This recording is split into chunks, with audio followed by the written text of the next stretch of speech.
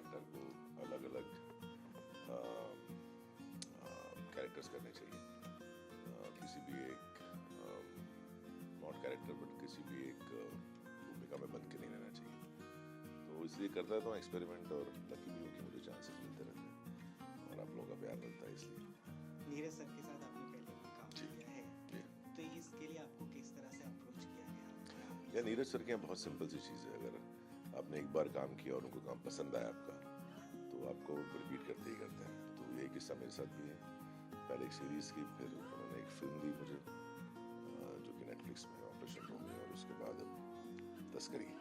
तो उनके यहाँ जो पहला काम करते हैं वो एज ऑडिशन ही होता है कि आप अपना एक स्क्रीन टेस्ट दे दो उस चीज़ में काम करके, फिर आपको उससे बेहतर और बेटर रोल्स मिलने लगते हैं। जैसा कि मैंने कहा सर, आप बहुत वर्सेटाइल हो जाए सर, इसमें आपका किरदार अलग है जी, बहुत अलग है और अच्छा है जी। तो इसके लिए आपको क्या करना पड़ा? यार नीरज सर के सबसे आसान चीज़ है कि आपका कैरेक्टर इतना डिफाइंड होता है और स्क्रिप्ट इतनी कड़क होती है उनके यहाँ कि आपको बहुत ज़्यादा सोचने की या उस पर होमवर्क करने की ज़रूरत नहीं, कि इतना होमवर्क वो पहले ही कर चुके होते हैं राइटिंग में कि आपको ज़्यादा कुछ करने की ज़रूरत नहीं पड़ती है। बाकी एज ए डायरेक्टर एक्टर जो ट्यूनिंग होता है वो बहुत इंपॉर्टेंट है।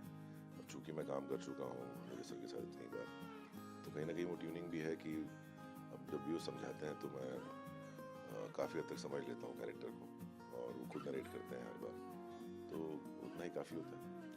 अगर एक्टर अच्छा है और उसमें राइटर भी अच्छा मिल गया उसको, तो सितारे में रोशनी तो अपने आप बढ़ जाती है। आपको ऐसा कौन सा कैसा आपके रोल में ऐसा है, कोई भी ऐसा पार्ट आया कि आपको लगा कि ये मेरे लिए ही बना था, या किसी ने आपको कहा कि हाँ आपने जो किया कोई और नहीं कर सकता? नहीं, अगर आपके लिए नहीं बना हुआ तो नीरज सर ऑफर ही नहीं करते हैं।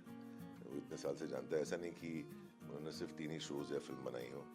इन 6-7 सालों में उन्होंने करीबन 8 या 9 प्रोजेक्ट्स किए होंगे। तो जहाँ उनको लगता है कि मुझे शरद केलकर चाहिए, वो खुद ही फ़ोन करते हैं, और आप उनसे भी पूछेंगे तो वो यही बोलेंगे कि जहाँ मुझे जिस एक्टर की ज़रूरत होती है मैं उसी को फ़ोन करता हूँ। तो अगर मुझे फ़ोन किया, मुझे बुलाया गया इस एक्टर के लिए, मतलब मेरे लिए बना होगा। तस्करी थोड़ा ऐसा सीरीज है जिसमें बहुत ज़्यादा शोध किया गया होगा, बहुत रिसर्च के बाद ये बनी होगी, तो आपने क्या रिसर्च किया होगा इसमें? मैं क्यों करूँगा रिसर्च? एक्टिंग के लिए मतलब नहीं, एक्टिंग के लिए आपको तस्कर स्क्रिप्ट, किस तरीके से तस्करी करता है, दिमाग से करता है या ताकत से करता है? नहीं, वो सब स्क्रिप्ट में लिखा होता है सर। एज एन एक्टर आपको रिसर्च में वो आपका जोन नहीं है करने का, वो सब स्क्रिप्ट में लिखा होता है। तो इसके लिए अराउंड 1.5 से 2 साल तो नीरज सर उनकी टीम ने रिसर्च की है। उसके बाद जाके स्क्रिप्ट ली है, और जब आपको स्क्रिप्ट मिलती है तो आपको समझ में आ जाता है कि राइटिंग में मेहनत की गई है कि नहीं की गई है। तो नीरज सर के यहाँ वो अश्योर्ड होता है कि वो राइटिंग में बहुत वर्क होता है, तो एक्टर का काम आसान होता है। शूटिंग के दौरान ऐसे कोई किस्से जो आप बस शेयर करना चाहिए? मुझे बहुत घूमने को मिला। सिर्फ मैं ही एक ऐसा एक्टर था जो जिसने 3 आउटडोर्स किए हैं। मैं मिलान भी गया, इटली भी गया, मतलब मिलान में शूट किया, लेक कोमो में शूट किया, बहरीन में किया, बैंकॉक में किया।